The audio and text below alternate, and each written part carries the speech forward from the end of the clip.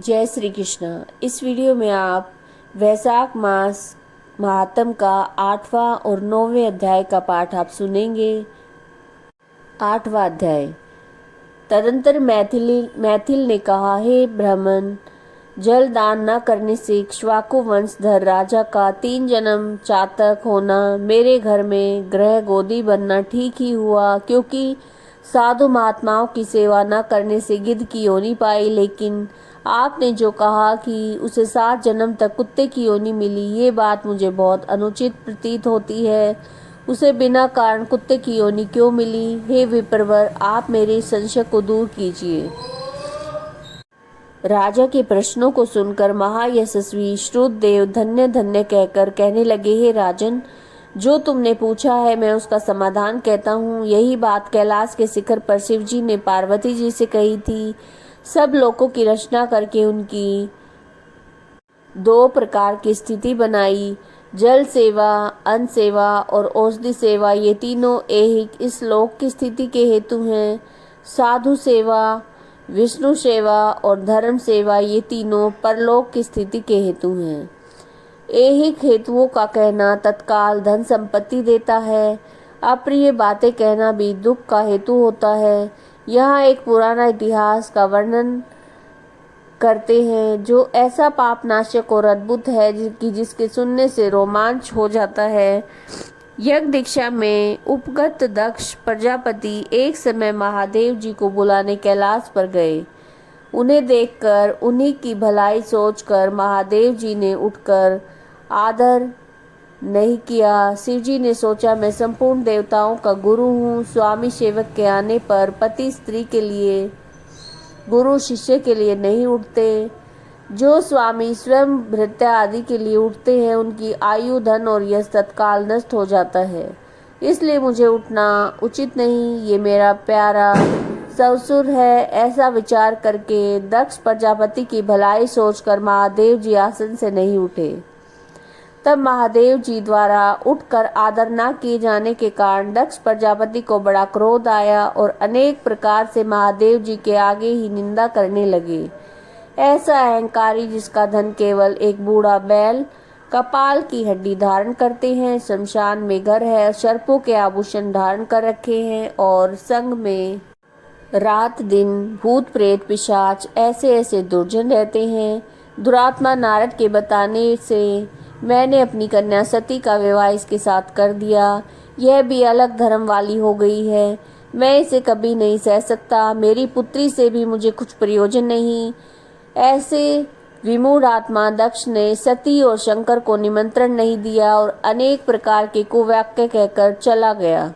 तदंतर यज्ञ के स्थान में जाकर ऋत्विक और मुनियों को संग लेकर विधि पूर्वक यज्ञ करने लगा। शंकर जी की निंदा करता रहा। ब्रह्मा और विष्णु को छोड़कर सिद्ध, चारण, गंधर्व, यक्ष, राक्षस और किन्नर आदि सब देवता यज्ञ में आए। तब सती की इच्छा अपने कुटुंबियों से मिलने और उत्सव देखने की हुई। स्त्रियां स्वभाव से चंचल होती हैं। महादेव जी के मना करने पर भी जाने की मन में ठान ली। महादेव जी बोले, वर वर्णिनी सभा में बैठकर वह मेरी सदा निंदा करते हैं जो तुमसे सही नहीं जाएगी और तुम निश्चित ही शरीर त्याग दोगी। इसलिए तुम अपने पिता के घर मत जाओ, वहां जाने से तुम्हारा कल्याण नहीं होगा। इस प्रकार समझाने पर सती न रुकी और अकेली घर से निकलकर पैदल चल दी। तब नंदी ने चुपचाप सती को अपनी पीठ पर बिठा लिया। महादेव जी के करोड़ों भूत आदि गण पीछे चले। सती जी महलों में से होती हुई किसी के ना बोलने पर उदास होकर महादेव जी की बात याद करके यज्ञ मंडप में गई। वहां पर भी दक्ष प्रजापति और सभा के सब लोगों को अपनी तरफ देखकर किसी के न बोलने पर सती जी वहां खड़ी होकर रुद्र की आहुति तक पिता की चेष्टा देखती रही। जब दक्ष ने रुद्र को छोड़कर आहुति दी तो सती आंखों में आंसू भरकर अकुला कर बोली, बड़ों का अपमान करने से कल्याण नहीं होता। तुमने रुद्र की आहुति नहीं दी है। ये जितने भी ऋषि मुनि महात्मा इकट्ठे हैं, इन्होंने भी तुम्हारी दुष्ट बुद्धि दूर नहीं की, विधाता इनके भी विमुख ज्ञात होता है। सती की ऐसी बातें कहने पर पूषा देवता मुख फाड़ कर हंसने लगा। शुक्राचार्य दाढ़ी और मूछ फड़फड़ाने लगे और बहुत से भुजा, पांव और कक्षाओं को फड़फड़ाने लगे। दक्ष निंदा करने लगा। उनकी बातों और पति की निंदा सुनने का प्रायश्चित करने के लिए क्रोध से लाल होकर शरीर त्याग करने का विचार कर सबके देखते देखते सती होम की अग्नि में गिर पड़ी। सती के गिरते ही बड़ा हाहाकार मच गया। महादेव जी के गण भागकर शिव जी के पास पहुँचे और सारी कथा कह सुनाई। शिव जी ने ये सुनते ही उठकर क्रोध से एक जटा उखाड़ कर पृथ्वी पर दे मारी, जिससे बड़ा बलवान महाकाय वीरभद्र उत्पन्न हुआ। उसके सहस्त्र भुजा थी, रूप यमराज के समान था और महादेव जी के सम्मुख हाथ जोड़कर कहने लगा, क्या आज्ञा है। ये सुनकर रुद्र भगवान क्रोध करके अपने सन्मुख खड़े हुए वीरभद्र से बोले, तुम बड़े बड़े बलवान भूतगणों को अपने साथ ले जाकर मेरे निंदक दक्ष का नाश कर दो, जिसके कारण मेरी प्रिय सती को शरीर त्यागना पड़ा। महादेव जी की आज्ञा पाकर वे सब यज्ञशाला में पहुंचे। देवता, असुर, मनुष्य आदि सब सुभटों को मार गिराया। पूषा के दांत उखाड़ डाले। दुरात्मा भृगु की दाढ़ी मूछ उखाड़ ली। जिसने जो जो अंग फड़फड़ाया, उसका वही अंग वीरभद्र ने उखाड़ फेंका। दक्ष के सिर की रक्षा भृगु के मंत्र बल से करने के कारण बड़े उद्योग करने पर भी सिर नहीं कटा। तब रुद्र ने स्वयं आकर उस दुरात्मा का सिर काट कर अलग कर दिया और यज्ञ में जो आए थे उनका संहार कर गणों सहित कैलाश को चले गए। मरने से बचे थे वो ब्रह्मा जी की शरण में गए। उनको संग लेकर ब्रह्मा जी कैलाश पर पहुँचे। महादेव जी का क्रोध शांत कर समझा बुझा कर उन्हें लेकर यज्ञशाला में गए। जो यज्ञ में मारे गए थे उन सबको जीवन दान कराया। सदाशिव ने दक्ष के धड़ पर बकरे का सिर रख दिया। उसी से उनकी प्रसन्नता के लिए वो बै किया जाता। बकरे की दाढ़ी भृगु जी के मुख पर लगी थी। पूषा के जहाँ तहाँ अंग लगाकर सबके सिर जोड़कर सबका कल्याण कर दिया। दक्ष का यज्ञ पूरा कराकर देवता अपने अपने स्थान को गए। शिवजी ने नैष्ठिक ब्रह्मचर्य व्रत धारण करके गंगा के तट पर पुनाग वृक्ष के नीचे तप करने लगे। दक्ष पुत्री सती ने हिमाचल के घर में उसकी स्त्री मेनका के गर्भ से जन्म लिया। वही उनका पालन पोषण होने लगा। इतने में तारकासुर नाम का एक राक्षस उत्पन्न हुआ और परमेष्टि ब्रह्मा से वर पाया। सिवाय रुद्र के महाबली पुत्र के तू किसी से नहीं मरेगा। ये बात सुनकर उसने सोचा कि शिवजी की कोई स्त्री तो है नहीं, पुत्र कहाँ से होगा। वह सब लोक और कल्याण को सताने लगा। तब देवताओं ने दुख पाकर ब्रह्मा की शरण ली। ब्रह्मा ने देवताओं को समझाया कि रुद्र भगवान की पत्नी सती पहले ही अपने पिता के यज्ञ में शरीर त्याग कर अब हिमाचल के घर में उन्होंने जन्म लिया है, जिसका नाम पार्वती है, और रुद्र भगवान हिमाचल के शिखर पर घोर तप कर रहे हैं। किसी तरह पार्वती का पाणी ग्रहण रुद्र भगवान से कराना चाहिए। ब्रह्मा के ऐसे वचन सुनकर सारे देवता इंद्र को लेकर अमरावतीपुरी में गए और बृहस्पति जी से सलाह करके अपना कार्य सिद्ध करने के लिए इंद्र ने नारद और कामदेव को बुलाया। उन दोनों को बुलाकर नारद जी को हिमाचल के पास कहला भेजा कि वह अपनी पुत्री जो पहले दक्ष की कन्या थी उसको शिव जी की पत्नी बनाने को नियुक्त करें। नारद जी से जैसा कहा गया वैसा ही करने वो चले गए। फिर कामदेव जी ने कहा, सब देवता और महादेव जी के हित के लिए वसंत ऋतु को साथ लेकर रुद्र भगवान के तपोवन में चारों ओर मनोहर वसंत ऋतु का विस्तार करो। वहाँ पार्वती जी महादेव जी के पास पहुँच जाएं। तब धनुष पर बाण चढ़ाकर ऐसे मारो कि महादेव जी मोहित होकर उनका संगम होने पर सब कार्य पूरे हो जाएं। कामदेव ने जो आज्ञा कहकर वसंत ऋतु अपनी स्त्री रति और अनुचरों को संग लेकर उस और शीघ्र जाकर अपनी शक्ति से असमय में वसंत ऋतु उत्पन्न कर दी, जिससे चारों ओर मन में शीतल मंद और सुगंधित वायु बहने लगी। देवात उसी समय महादेव जी पार्वती की सेवा से प्रसन्न होकर उन्हें गोदी में बिठाकर कुछ कहने लगे। तब कामदेव ने प्राण प्रिया के संगम का उचित समय जानकर महादेव जी के पीछे वृक्ष की ओर से एक बाण छोड़ दिया, जिसे महादेव जी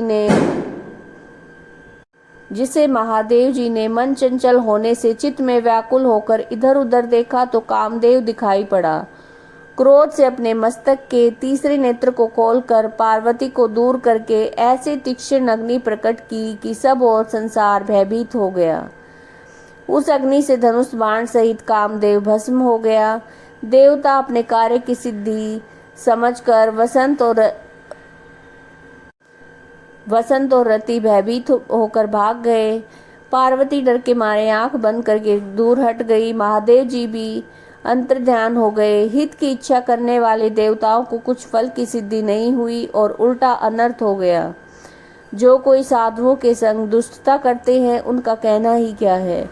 इसी प्रकार साधुओं की सेवा न करने से इक्ष्वाकु के पुत्र ने दुख भोगा और अनेक बुरी योनियों में जन्म पाया। जो रात दिन इस पुण्य चरित्र रूपी पुराने इतिहास को सुनते हैं, वे जन्म मृत्यु बुढ़ापा आदि से निसंदेह छूट जाते हैं।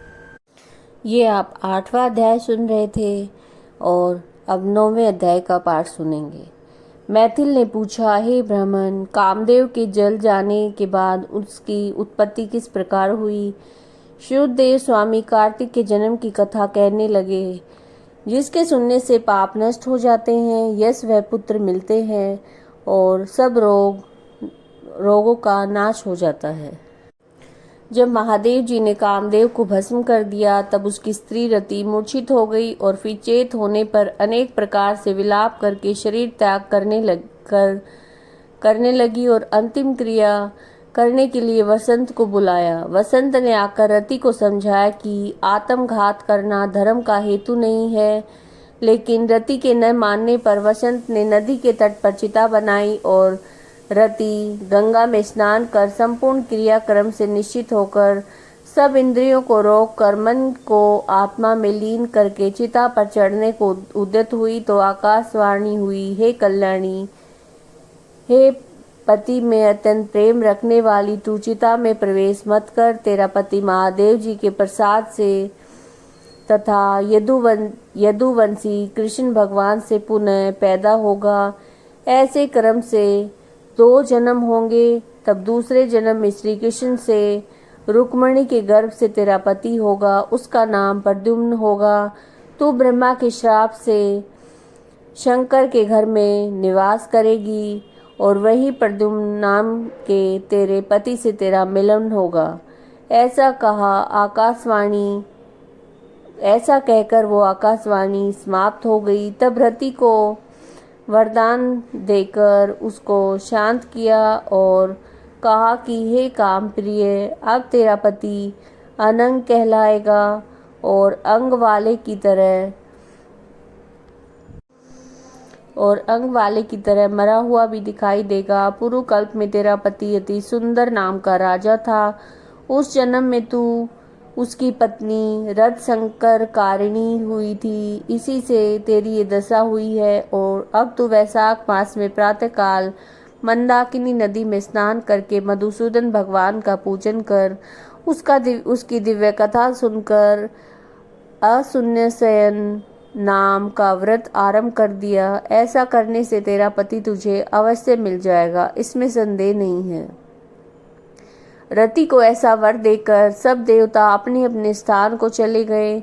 रति भी कलेश से निवृत्त हो गई। मेष की संक्रांति में गंगा स्नान करके अशून्य शयन व्रत धारण करते ही वो तत्काल कामदेव दिखाई दिया। पूर्व कल्प में भी ये बड़ा धर्मपरायण राजा था, मगर उसने वैशाख मास में कर्तव्य धर्म नहीं किए थे, इसलिए कामदेव परमात्मा का पुत्र होने पर भी अंगहीन हुआ। तब महादेव जी अंतर्ध्यान हो गए। तब पार्वती जी निराश खड़ी सोचने लगी, क्या करूं। तब पिता हिमवान उन्हें अपने घर ले गए।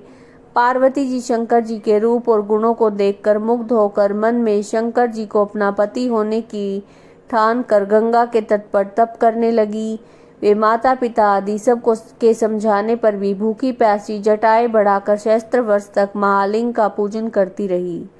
तब महादेव जी सायकाल ब्रह्मचारी के वेश में उनके सामने पर्णकुटी पर अनेक प्रकार की परीक्षा और अपने में दृढ़ देख कर बोले, हे भद्रे, जो तुम्हारी इच्छा हो वर मांग लो। तब पार्वती जी ने वर मांगा कि हे रुद्र, तुम मेरे पति हो। तथास्तु ऐसा ही हो। वर देकर सप्तऋषियों को बुलाकर हिमाचल के पास भेजा। ये सप्तऋषि हिमाचल के पास पहुँचे और हिमाचल से पूछने पर बोले, हे राजन, तुम्हारी कन्या पार्वती जो पहले ही दक्ष की पुत्री थी, अपने पिता की यज्ञ में शरीर त्याग करके तुम्हारे घर में जन्म इसने लिया है। इसका विवाह महादेव जी से कर दो। ये बात सुनकर हिमाचल बोले, पार्वती महादेव जी को ही अपना पति बनाने को घोर तप कर रही थी। मैं भी अत्यंत हर्ष से अपनी कन्या महादेव जी को दे चुका हूँ।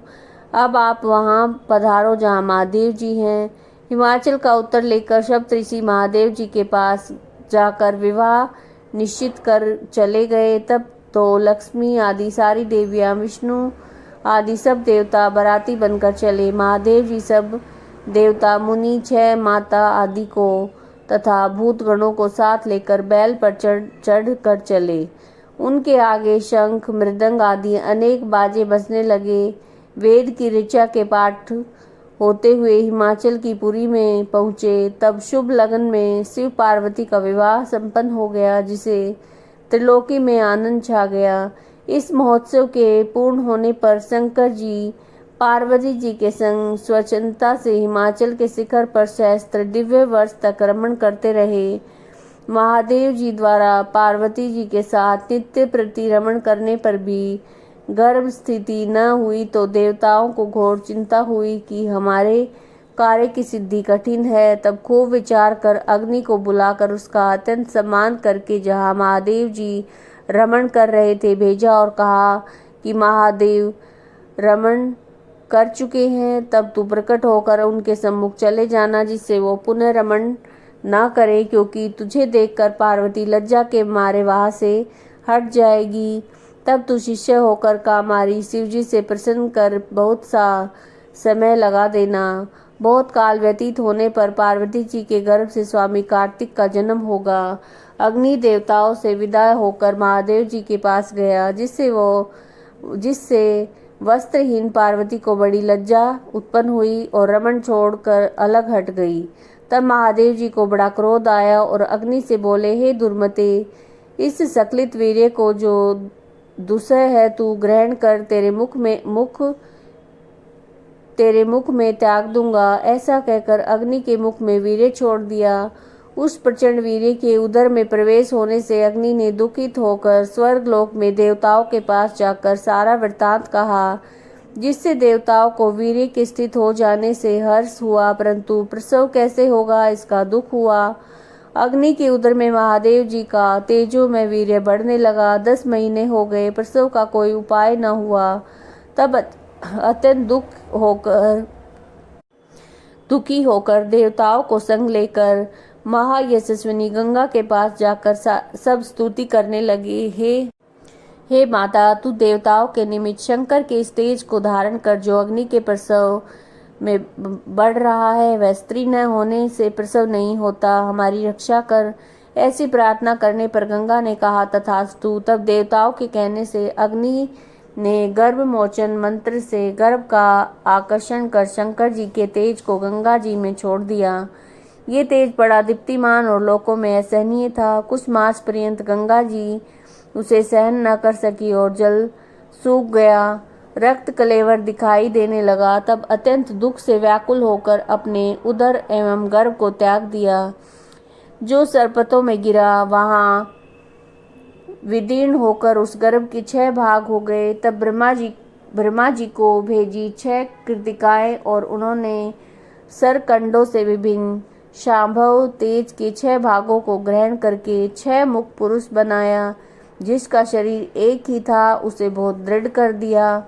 यह पुरुषाकार 6 मुखी शरीर बहुत समय तक सरकंडों में वैसे ही पड़ा रहा जिसका कोई रक्षक नहीं था। एक दिन बैल पर चढ़े महादेव पार्वती जी उसी स्थान से होकर श्री शैल को जा रहे थे। सहसा पार्वती जी के स्तनों से दुग्ध की धार बहने लगी। तब विस्मित होकर पार्वती जी ने महादेव जी से अकस्मात स्तनों से दूध बहने का कारण पूछा।